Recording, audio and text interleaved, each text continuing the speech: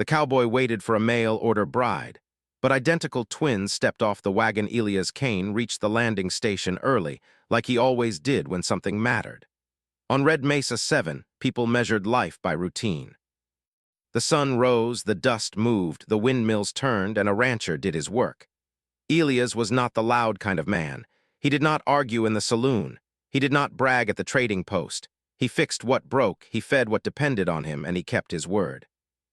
That was why he stood there now, hands resting on his belt, eyes on the long road that led to the station platform.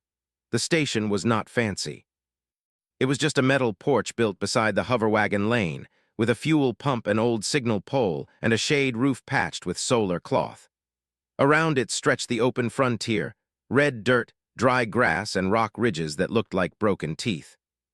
Above, the sky held two pale suns. They made the world bright but not warm. A small crowd gathered as the hour grew near. On Red Mesa 7, a new arrival was rare enough to become an event. Two ranchers leaned against crates and whispered.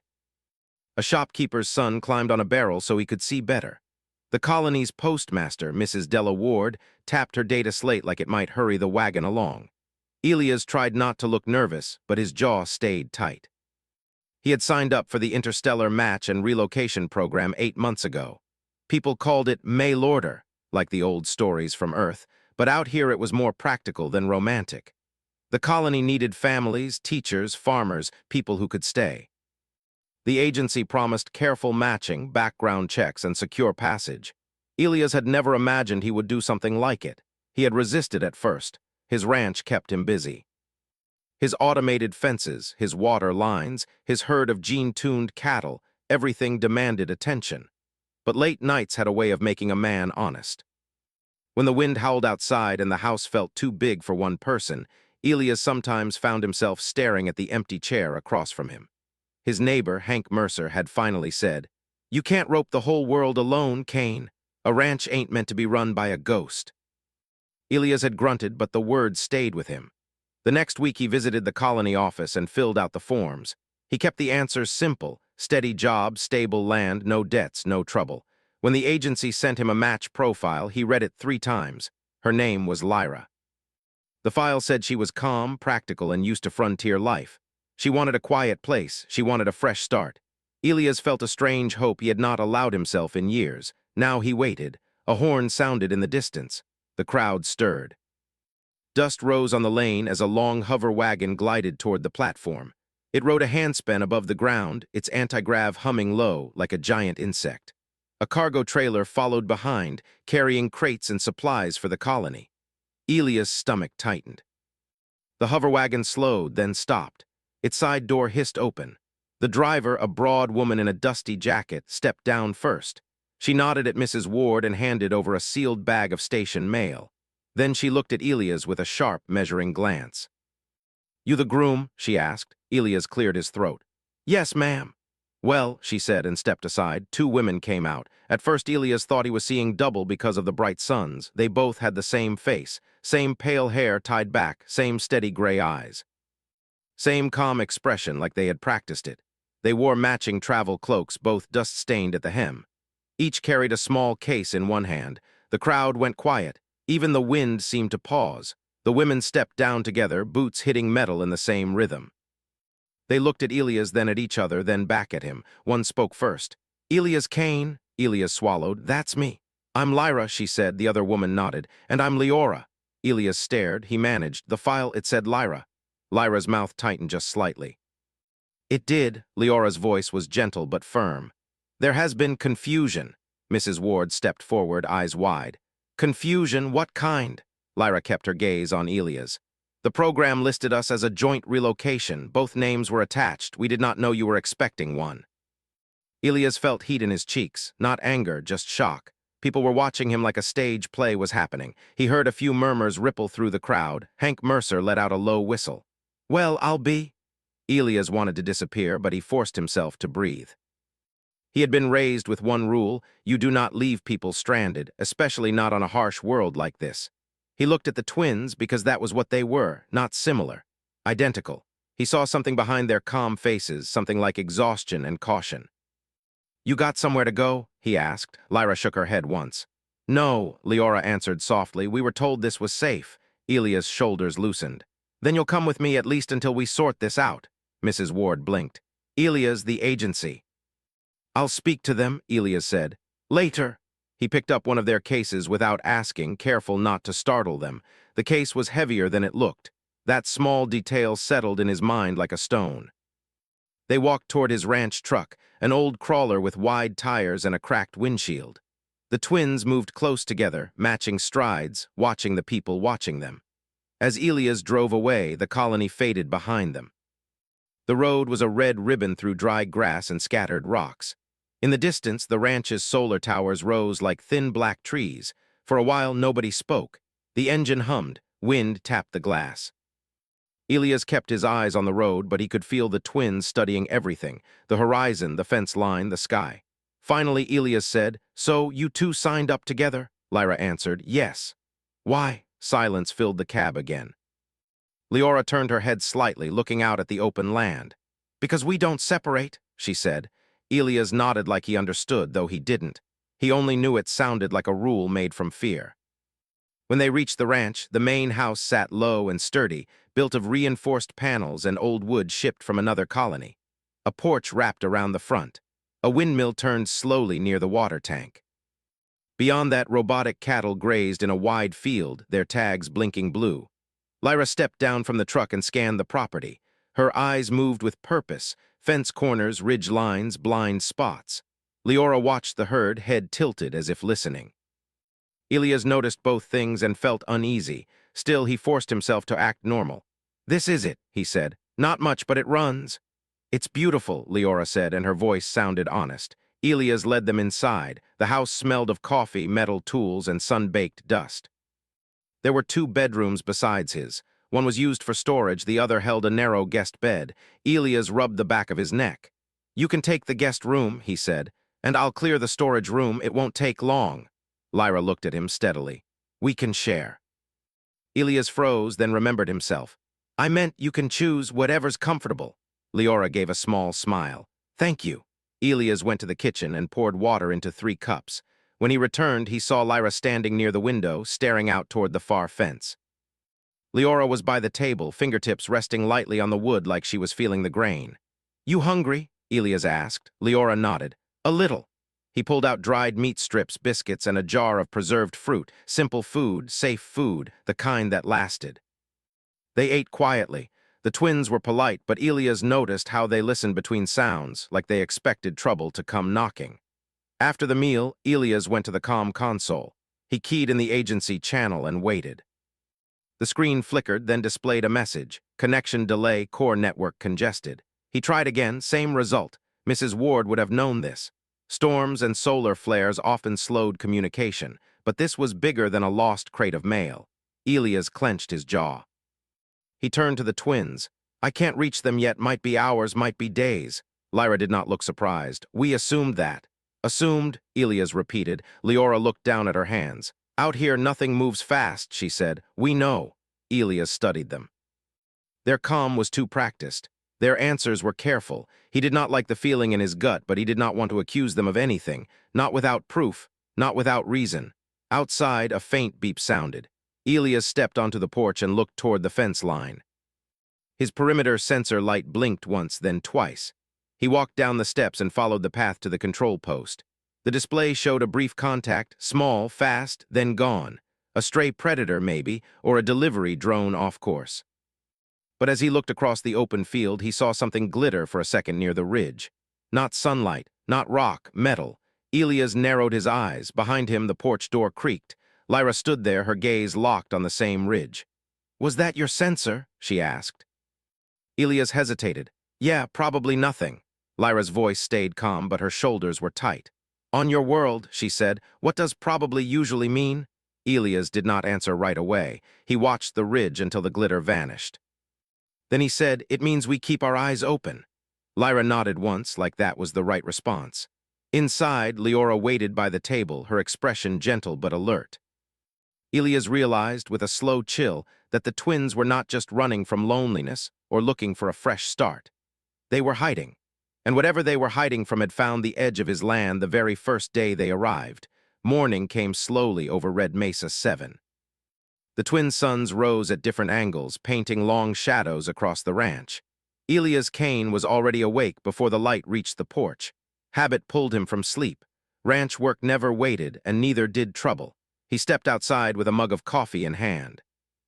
The air felt cooler than usual, carrying a dry scent that hinted at a coming windstorm. He walked toward the fence controls, checking the perimeter logs. The sensor alert from the night before blinked on the screen. One unknown contact, fast movement, no clear ID. Elias frowned.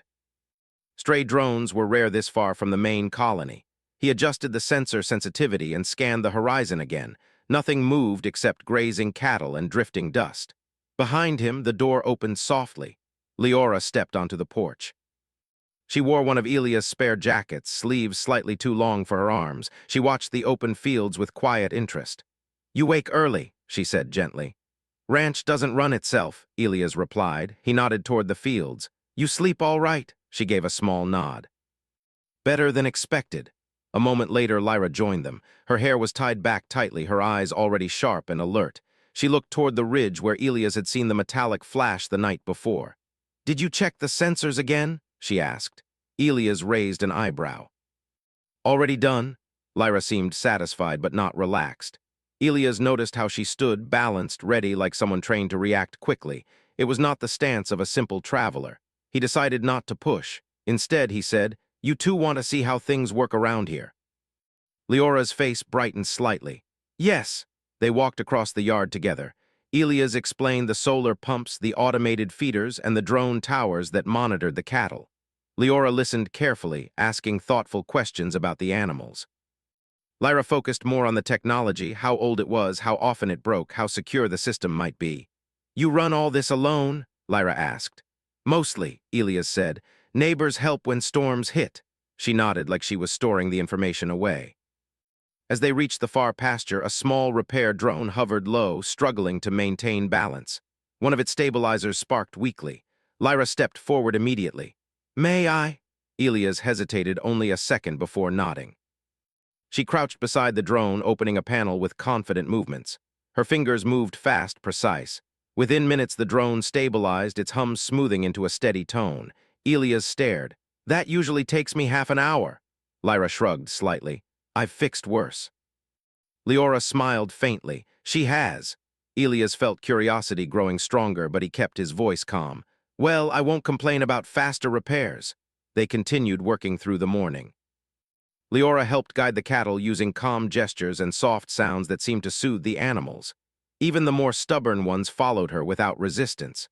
By midday, Elias realized something strange. The ranch felt different, lighter, like it had more life in it. They returned to the house for lunch.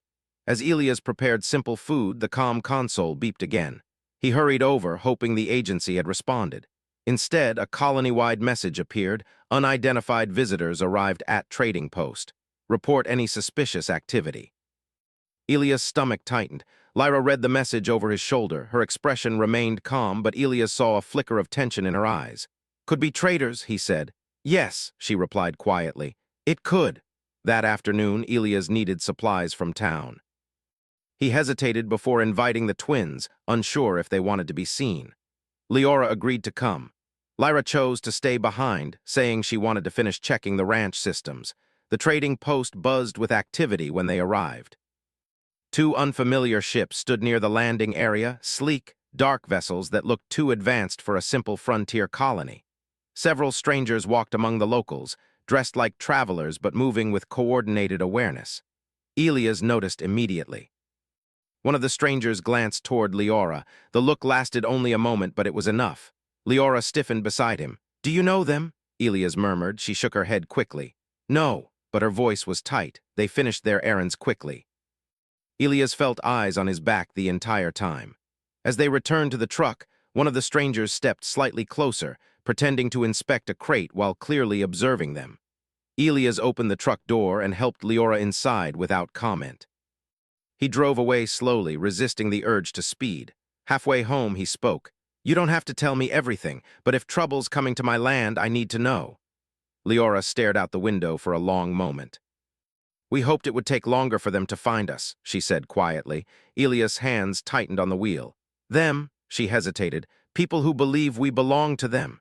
Elias felt anger rise in his chest. Nobody belongs to anyone out here. Leora looked at him, surprise and relief mixing in her eyes. When they reached the ranch, Lyra was waiting on the porch. She already looked tense. They're here, she said simply. Elias nodded. I figured. Lyra stepped closer. We didn't want to bring danger to you. You didn't, Elias said firmly. Danger shows up whether invited or not. The twins exchanged a glance that felt like a silent conversation. Elias noticed again how connected they seemed, moving almost in sync. That evening they sat around the table. The mood was quieter, heavier. Lyra finally spoke. We worked for a corporation in the core systems. They trained us together, used us for strategy and data analysis. They didn't expect us to leave. Elias listened without interrupting. We escaped, Leora added softly. We entered the relocation program to disappear somewhere quiet. Elias exhaled slowly. And now they want you back. Lyra nodded once. Outside, the wind picked up, rattling the porch rails. Elias leaned back in his chair, thinking. He had chosen this life for freedom, no bosses. No rules except survival and honesty. Finally, he said, then we make sure they don't take you. The twins stared at him. You don't even know us, Lyra said. Elias met her gaze calmly. I know enough. You worked hard today. You helped without being asked. And you didn't lie when it mattered. Silence filled the room, but it felt warmer than before. Later that night, Elias walked the perimeter again. The sky darkened into deep blue, stars appearing slowly. His sensors showed distant movement near the ridge again, faint signals, too precise to be random. He stood there for a long time, watching. Behind him, footsteps approached. Both twins joined him quietly. Together, they looked toward the horizon where danger waited beyond sight. Leora spoke softly. Are you afraid? Elias considered the question. A little, he admitted, but fear keeps a man sharp. Lyra nodded. Then we stay sharp together. Elias felt something shift inside him, a sense that the lonely ranch had become something more. Not just land to protect, but people worth standing beside. Far away, a small drone hovered above the ridge, recording their silhouettes against the twin suns as they set. None of them noticed it slip away into the darkening sky. The next day felt too quiet. That was what bothered Elias most. On Red Mesa 7, wind and dust were normal, cattle noises were normal, machines clicking and humming were normal. But the kind of quiet that came before people knocked on your door with a lie in their mouth, that quiet was different. Elias spent the morning reinforcing the ranch the old frontier way, just with newer tools. He checked the solar fence strength, tightened the hinges on the barn doors, and recalibrated the motion sensors so they would not miss small drones. Lyra worked beside him without wasting words. She opened panels, rerouted cables, and wrote short code lines into the ranch system like it was second nature. Every time Elias watched her hands move, he understood a little more. She was not just good with tools. She had been built for this life of pressure and decisions. Leora focused on the living things. She moved through the pasture with calm confidence, settling the herd closer to the barn so they would not scatter if something startled them. She also spoke with the neighbor kids who had wandered over, curious about the new faces. She gave them small tasks, carry water, pick up loose boards, close gates, and made it feel like a game. Elias noticed how quickly the ranch stopped feeling like a lonely place and started feeling like a small community. Around midday, a dust line appeared on the far road. Elias saw it first. He shaded his eyes and watched the shape grow clearer. A crawler truck, long and dark, moving steady, not a rancher's vehicle. Too clean, too quiet. It stopped at the front gate without crossing the fence line. Lyra's shoulders tightened. That's them. Elias did not panic. He simply walked to the gate post and placed a hand on the release controls, but did not open it. He stood straight, facing the road. Two people stepped out of the crawler. They wore travel coats and simple hats like any traders. But their boots were polished and they moved with smooth discipline. A third person stayed in the driver's seat, engine idling low. One of the strangers raised a hand in a friendly gesture. Afternoon, we're looking for two women, sisters. They may have come through the colony station yesterday. Elias kept his voice even. Plenty of people pass through. Who are you? The stranger smiled politely. Just private retrieval contractors. Their family is worried. We want to return them safely. Lyra and Leora had stayed behind the porch railing, partly hidden by shadow. Elias could feel them watching. He did not look back. He kept his eyes on the stranger's face. "Family," Elias repeated. "You got papers." The stranger reached into his coat and produced a digital badge. Elias took one glance and felt a cold weight in his stomach. The badge looked official at first, but the colony seal was slightly wrong. A tiny detail. But on the frontier, tiny details were how people survived. Elias handed it back. "Looks fake." The second stranger's smile faded for a moment, then returned. "Sir, we don't want trouble. We're offering a reward for cooperation." Elias leaned his forearms on the gate post. "I'm not for sale." The stranger sighed like Elias was being difficult. "Then you don't understand what's at stake. Those two are under contract." Elias' eyes hardened. "People aren't cargo." "Not people," the stranger said, voice sharpening. "Assets." That single word snapped something inside Elias. His calm became steel. "I'll say this once," Elias replied. "Turn around and leave." The strangers exchanged a look. Then the first one spoke again, softer, like he was giving advice. "We could also speak to the colony council. Harboring runaways is a serious offense." Elias nodded slightly. "Go ahead." The strangers stared at him a moment longer. Then slowly they returned to their crawler and drove away, leaving only the dust line behind. Elias exhaled. Only when the vehicle was gone did he turn toward the porch. Lyra stepped forward. "They're testing you," she said. "They already tested me," Elias replied. "They failed." Leora's voice was quiet. "They won't stop." Elias looked across his land, then back to the twins. "Then we get ahead of them." That evening, Elias drove to the colony council hall. It was a simple building with reinforced walls and a satellite dish on top. Inside, a few council members sat around a table with worn chairs. Hank Mercer was there too, arms crossed, listening. Elias told them the truth as plainly as possible. Strangers had come, claiming ownership of 2 women on his property. He explained the fake badge. He did not share every secret the twins had told him, but he shared enough to make one point clear. "They're not criminals," Elias said. "They're being hunted." The council members looked uneasy. One said, "We don't have the power to fight a core world corporation." Hank leaned forward. "We do have power, frontier law, and we do have something they don't have." "And what's that?" the councilwoman asked. Hank pointed at Elias. "Stubbornness." Elias kept his face calm, but he felt gratitude in his chest. After a long discussion, the council agreed to file a formal report under colonial protection rules.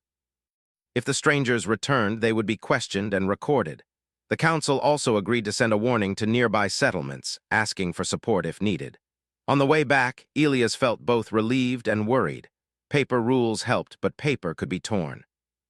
Out here, protection meant people standing together when it mattered. When Elias returned to the ranch, Lyra and Leora were waiting at the porch steps. A lantern glowed beside them. The wind had died down and the night sky was full of stars. Lyra spoke first. "We need to tell you something else." Elias nodded. "Go on." Lyra took a breath. "We have a link between our minds. It's not magic, it's engineered. We can share thoughts fast, coordinate, predict patterns together." Elias did not look shocked. It explained too much, the matching steps, the shared glances, the way they moved like one team.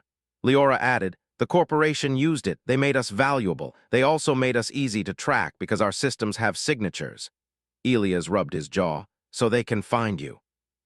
Lyra nodded. "If they get close enough." Elias looked toward the dark ridge in the distance.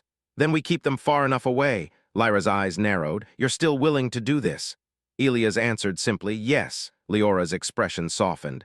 "Why?" Elias paused. The honest answer was not complicated. "Because I know what it feels like to be alone, and I know what it feels like to want a clean start."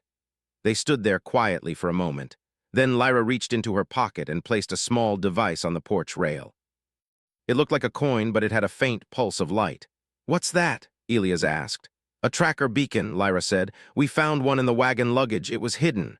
Elias' stomach dropped. "So they were already tracking you before they came to the gate." Lyra nodded.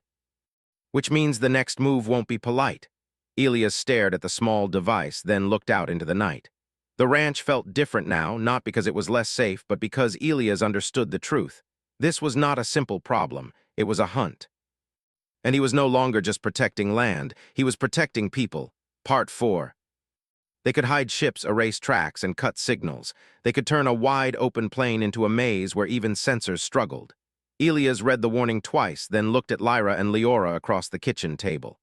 They'll use the storm, Elias said. Lyra nodded. So will we. Elias liked the way she said that, not like a threat, but like a plan. They worked fast. Lyra pulled the tracker beacon apart, studying it like a puzzle. She isolated the power source and signal emitter. Then she smiled slightly for the first time since arriving. We can make it lie, she said. Elias watched as she rewired it, then placed it inside an old supply crate. Leora helped seal the crate and load it onto a small cargo sled. Elias hooked the sled to a ranch drone and programmed a route toward the western canyon, far from the ranch house. You sure this will work? Elias asked. It won't fool them forever, Lyra replied, but it will force them to move where we want them. Elias nodded.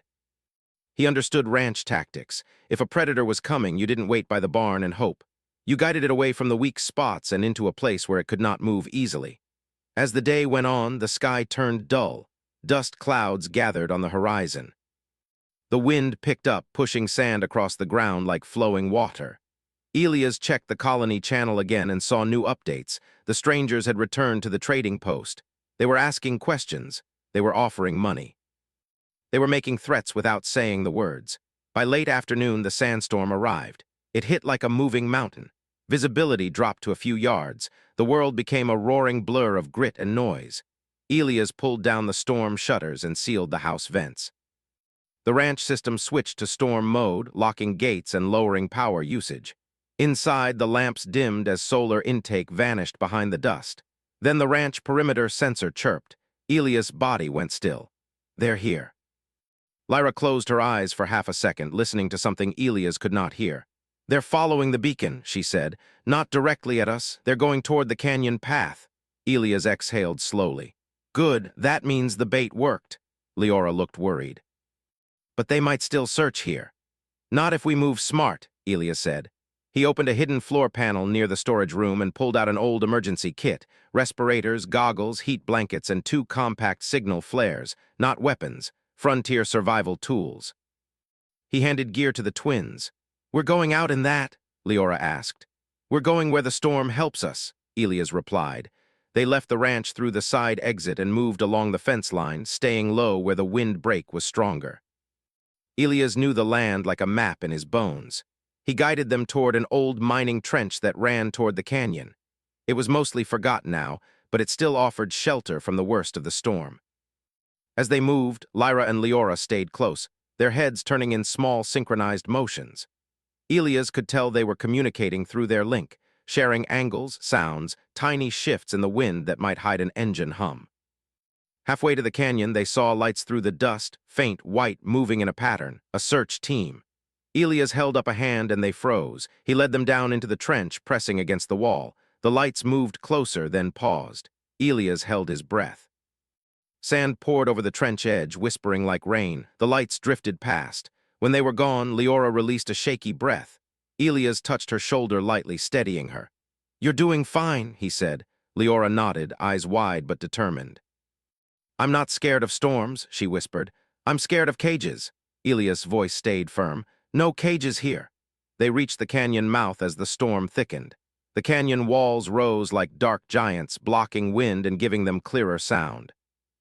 Elias spotted the drone carrying the beacon crate in the distance, resting near a rock outcrop exactly where he had programmed it. Lyra crouched behind a boulder and peeked around the edge. Their crawler is coming, she said. Elias looked down the canyon path. A low engine hum grew louder. Then the dark crawler appeared, moving carefully. Behind it, a smaller hover scout followed, its lights cutting through dust. The strangers stepped out again, now wearing storm masks. They moved with confidence like they believed the canyon belonged to them. One of them held a handheld scanner following the beacon's signal. They think we're here, Leora whispered. They think you're here, Elias corrected. They think I'm just land. Lyra's eyes narrowed. We can use that. Elias nodded once. He pointed at a narrow side passage Elias knew led to a dead end. If we draw them deeper, their signal weakens and their vehicles can't turn fast. Lyra looked at the canyon walls, then at the dust patterns in the air. And we can trigger a minor rock slide, she said quietly. Elias blinked. We're not burying anyone. We won't, Lyra replied. Just blocking the exit for a few minutes, enough for the council drones to arrive. Elias had already sent a silent ping to Hank and the council before leaving the ranch. If the message got through, help would be coming, if the storm didn't swallow the signal. Lyra pulled out a small tool from her pocket and tapped a short command into it. She tossed a palm-sized device toward a weak section of the canyon wall. It stuck like glue and began to vibrate. Elias watched, tense. "That's safe," Lyra nodded. "Controlled." The strangers reached the beacon crate. One of them opened it quickly, then froze. He looked confused. He lifted the beacon and stared at it, realizing too late that it was not attached to a person. "That's not them," one said sharply. The scanner operator turned, sweeping the device. The signal jumped, because Lyra had rerouted it again, bouncing it off the canyon wall so it seemed like the twins were moving deeper inside. The strangers hurried forward, following the false trail. Elias moved first, stepping into the open just long enough to be seen. He made sure the wind carried his silhouette clearly. "Hey!" he called. The strangers snapped their attention toward him. For a moment they hesitated, surprised. Elias did not run right away. He waited until they took the bait. Then he turned and led them down the side passage. Lyra and Leora stayed hidden, watching from behind rocks. Their job was not to fight. Their job was to survive and to prove the truth. The strangers followed Elias deeper until the side passage narrowed. Then Lyra triggered her device. A low rumble shook the canyon. Sand and small rocks fell from above, blocking the entrance behind the strangers' crawler. Not a collapse, not a crush, just a heavy wall of debris. The strangers were trapped in the passage for the moment, engines whining as they tried to reverse. Elias stood at a distance, safe behind a curve, shouting through the canyon. "This is frontier territory. You're being recorded. The council is on the way." The strangers cursed, their comm breaking. One lifted a comm device, trying to call their ship. But the storm interference scrambled the signal. Then through the dust, a new sound arrived, multiple drone motors, high and steady. Colony Council drones appeared at the canyon mouth, their cameras flashing. Hank Mercer's voice echoed from a speaker unit. "Elias." "You in one piece?" Elias let out a breath he didn't know he was holding. "I'm here." The drones hovered closer, projecting bright light onto the trapped strangers and recording every word, every move. The council had come, not with force, but with proof. Lyra and Leora stepped out from behind the rocks, hands visible, faces calm. Leora's eyes were wet, but she held her head high. Lyra's expression was cool and steady. Hank's voice came again. "You folks claim you own people." One of the strangers tried to regain control, speaking loudly. "We are authorized." "Authorized by who?" Hank snapped. "Because frontier law says you don't get to drag anyone off-world without proper court review, and you sure don't do it with fake documents." The stranger fell silent. Cameras don't argue, they record. By the time the storm began to weaken, the council had escorted the strangers back to the colony for questioning. Their ship was placed under hold until proper verification could be received from neutral authorities. Elias returned to the ranch that night with the twins. The house felt warm despite the storm dust still clinging to the walls. Elias made coffee again like he always did after a hard day. Small rituals mattered. Leora sat at the table, hands wrapped around her cup. "Do you think it's over?" she asked. Elias shook his head. "Not forever, but for now they won't move without eyes on them." Lyra stared at the window, watching the last of the storm drift away. "We never thought anyone would stand with us," she said quietly. Elias leaned back in his chair. "You picked the wrong ranch if you wanted a man who backs down." Leora let out a small laugh, the sound thin but real. It was the first laugh in the house. The next morning, sunlight returned. The twin suns rose clean and bright, lighting the red plains and the repaired fences. The cattle grazed as if nothing had happened. The windmills turned. The ranch drones resumed normal routes. Elias stepped onto the porch and looked over his land. Lyra stood beside him, arms folded, calmer now. Leora joined them, a blanket around her shoulders. Out on the sky lane, a cargo wagon passed high above, gliding toward the distant colony. Its shadow moved over the ranch like a slow wave. Elias didn't know what the future would bring. But he knew one thing: the ranch was no longer silent. And when danger came again, it would not find a lonely man waiting. It would find a home that stood together.